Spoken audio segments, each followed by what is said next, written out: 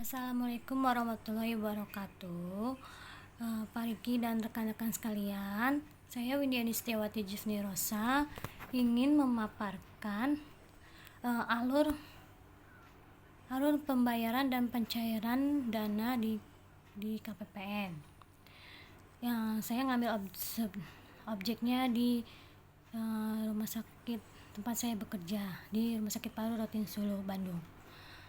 Jadi Rumah Sakit Paru Rotin Sulu Bandung merupakan rumah sakit BLU, rumah sakit vertikal di bawah Kementerian Kesehatan, yang eselon satunya Direktorat Jenderal Pelayanan Kesehatan. Rumah Sakit Paru Rotin Sulu itu merupakan rumah sakit BLU, jadi kita mempunyai sumber dana dari rupiah murni dan BLU, Badan Layanan Umum. Saya mengambil tema tentang pencairan dana yang melalui KPPN. KPPN itu Kantor Pelayanan Perbendaharaan Negara. Jadi pertama-tama si rekanan atau si perusahaan melakukan pemberkasan pembayaran ke staf PPK. Dilengkapilah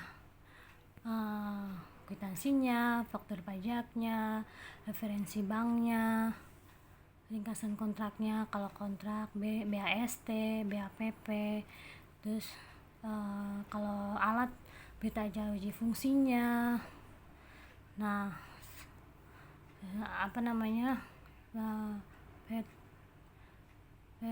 pengusaha kena pajaknya. Nah, setelah lengkap, kalau itu pembayaran ke pihak ketiga ya. Kalau sudah lengkap, staf PPK akan memberikan berkas itu ke bagian verifikasi pembayaran. Nah, di bagian verifikasi pembayaran dilakukanlah pengujian. Maksudnya dicek dulu lah kwitansinya sama nggak dengan faktur pajak, dengan faktur penjualannya, sesuai nggak dengan faktur pajaknya. Terus ada BST-nya, di atas 10 juta harus ada BST, di bawah 10 juta harus cuma tanda tangan penerima aja. Terus kalau ada aset itu harus, kalau misalnya alkes harus ada uji fungsinya. Setelah bagian verifikasi pembayaran menyatakan itu sudah valid, sudah sah, sudah lengkap, barulah bagian verifikasi pembayaran melakukan pemberian kode akun. Diberikanlah berkas itu ke bagian anggaran untuk diberikan kode akunnya. Kode akun. Setelah bagian anggaran sudah menyatakan ini untuk pembayaran belanja ini, baru diberikan lagi ke bagian verifikasi pembayaran. Di bagian verifikasi pembayaran dibikin di Excel PT-nya, untuk pembayaran apa, nomor rekeningnya, terus akunnya, terus brutonya, pajaknya, terus bersihnya yang harus dibayar. Nah, setelah itu udah lengkap, udah dibuat di daftar verifikasinya. Verifikator pembayaran memberikan berkas itu ke operator SPM. Nah, di operator SPM itu dibuatlah, kalau dia kontrak kita masukin terlebih dahulu data kontraknya masukin terlebih dahulu. Setelah masuk ke data kontraknya udah di-ACC sama KPPN, data kontrak, masukkan data kontrak, terus di-upload, masukkan data kontrak. Setelah udah ACC baru dibuat lagi SPM-nya. Nah, setelah dibuat SPM-nya, alurnya gini nih, Satker mengupload data ke ESPM, ADK-nya, SPM-nya, terus kontraknya udah, terus dikonversi lah, di bagian konversi diituin, diunduh, dicek, diuji di penelitiannya. Kalau udah udah ACC konversinya, lalu ke bagian validasi tagihan. Di validasi tagihan dilihat dulu bener gak, maksudnya yang dibayar berapa, pajaknya berapa, yang harus dibayar bener. Udah ACC, udah divalidasi, direview lagi sama tim reviewnya, di review tagihannya. Kalau misalnya salah, dilakukan penolakan kembali di ESPM-nya, lalu diulang lagi alurnya. Tapi kalau misalnya udah oke, diteruskan ke bagian kasih pencairan dana, di review lagi di pencairan dana, ditolak apa diterima. Kalau diterima, ke bagian seksi bank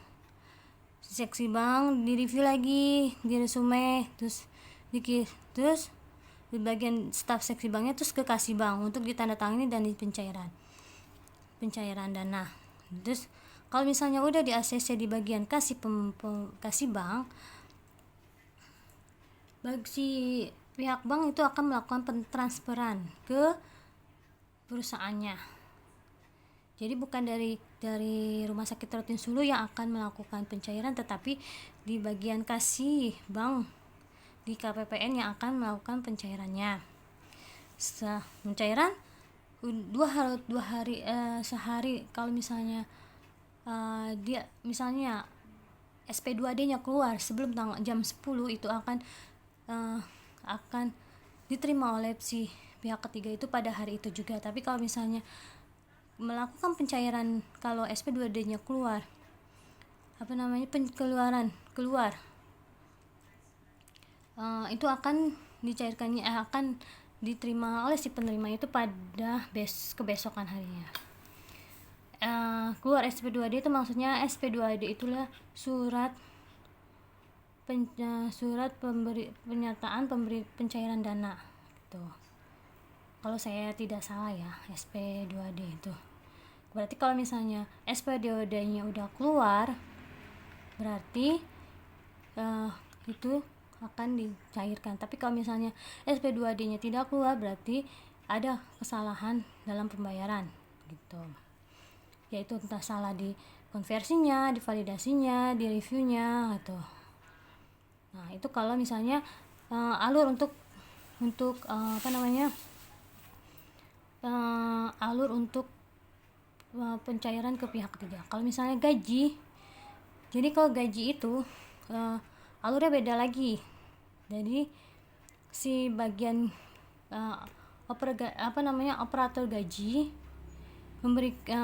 membuat inputan melalui aplikasi GPP, lalu udah lengkap, kasih data ADK-nya ke bagian staf PPK. Lalu staf PPK-nya melakukan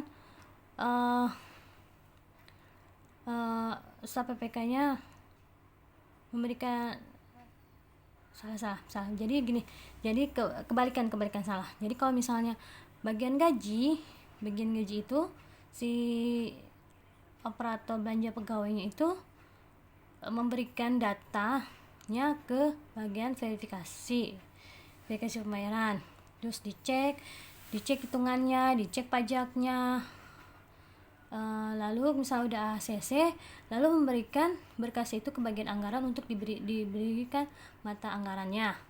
Kalau udah diberikan mata anggarannya, bagian anggaran juga memberikan lagi berkas itu ke bagian verifikasi untuk untuk dibuat daftar verifikasi di Excel. Ya, untuk keterangannya untuk apa, terus diberikan kepada siapa, pajaknya berapa, kutornya berapa, bersihnya berapa. Nah, sudah lengkap si bagian verifikatornya memberikannya ke operator SPM. Dia harus rekon dulu, si bagian operator SPM-nya rekon dulu sama KPPN, masukkan upload data dulu, data ADK GPP-nya. Setelah konversinya itu berhasil, rekonnya berhasil, udah sama dengan KPPN, baru si operator SPM melanjutkan untuk membuat SPM yang diupload ke aplikasi ESPM. upload SPM-nya, SPP-nya diupload. Lalu aplikasinya itu untuk udah masuk ke konversi, udah sesi konversi, divalidasi tagihannya, pajaknya, ininya, udah itu di review lagi sama pihak review apa sesuai apa enggak.